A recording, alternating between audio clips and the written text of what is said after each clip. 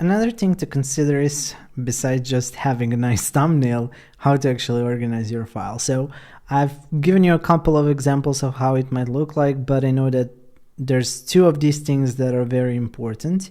One of them is the overview page if you decide to include it, and on some projects it's really important. What I like to include inside is maybe like and I see this kind of as slides of presentation in a sense. So like team members, context behind everything that's inside this file, relevant documents and links, goals and objectives, and maybe some notes to keep in mind. So if anyone else in the future takes over this file or project, they have a lot of things already prepared for them.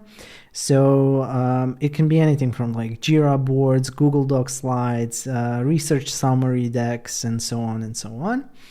And one other thing that I either do in this page or as a separate page in my Figma file is I might actually structure things. So like if someone new is entering or if another teammate or client is looking for something specific to comment on or review, I just basically have a structure of like, it can be a feature, it can be a section of the page, it can be a page, but basically like have the main structure in here and then all of the relevant links below it, so that if anyone clicks on it, it's going to take them to the relevant Figma frame. And you can do that easily because every single frame in Figma you can copy the link for, or as I said, Command L, frame link copied, and just kind of place it in here like this. And you're gonna see me now be able to click on it and go to frame, and it takes me here. So that's one easy way for you to structure your Figma file. When it comes to the most crucial part, ready for development page, again, it can be a file, it can be a page, but basically how I like to structure my things is I have a large title that represents the feature or a flow or something. I have the status, like you can really template this however you like to, but I have a sense of status of this feature or flow, notes, anything relevant that anyone needs to know about this, and maybe I also include the date on when it was last updated. And then you have all of your main screens in a logical flow. If there are variations of the screen, maybe you're like just showing what all of the tabs and clicks and states look like, I would have those below the main frame.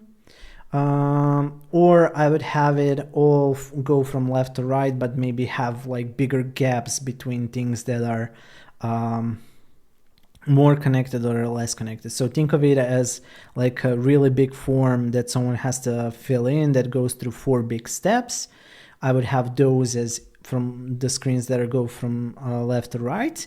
And then if there is a state in that form when someone opens a drop down, or maybe they're selecting something, that would go below it, or those two screens would be closer together while the less connected screens would be a little more separated.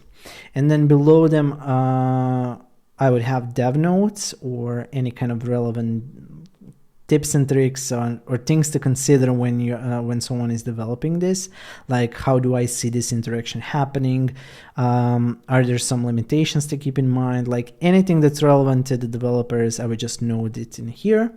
And then have all of those features and flow just one below the other, so they're like really relevantly spaced out. You can also create this in auto layout, and I do like to do that. But just also keep in mind that developers, for them, it's easier if it's not a frame in a frame in a frame in a frame, because they don't have to then like triple click to actually get to the element that they're looking at. When it comes to these other two examples are just two different ways to approach working with responsive web. So like what happens if you want to showcase tablet and mobile designs in here as well. I wouldn't change my structure a lot. I would maybe then just have, as I've said, maybe these 3 screens are more closely related. So I would have them a little bit more spaced out, and maybe these are the same like this. So you can really see like this is still the flow, but maybe these are just variations or states of the screen. So it's kind of easier to understand what's connected and what's less connected. And you have tablet screens and mobile screens below. Maybe for some of them, tablet is not really needed because you already know everything that's required from desktop and mobile views. So you might just skip it. Again, depending on how much time, resources you have for some of those things, maybe you're going to need more dev documentation to let them know like, yeah, everything's the same on this screen. It's just a drop down, and the drop down looks the same as on the desktop. So I just didn't waste my time copying all of those things.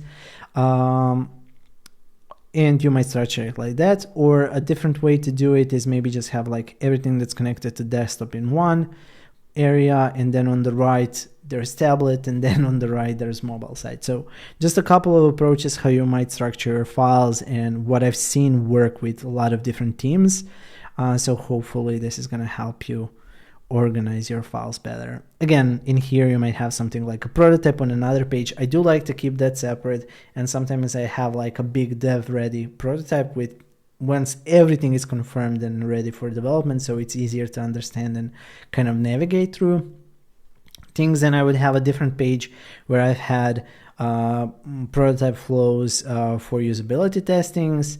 If something is under review, that page is pretty similar to this one that's ready for development, because I'm already starting to organize things if I put them in the review, because clients and teammates might not be as Figma savvy as we are. So it's really important to organize and name things.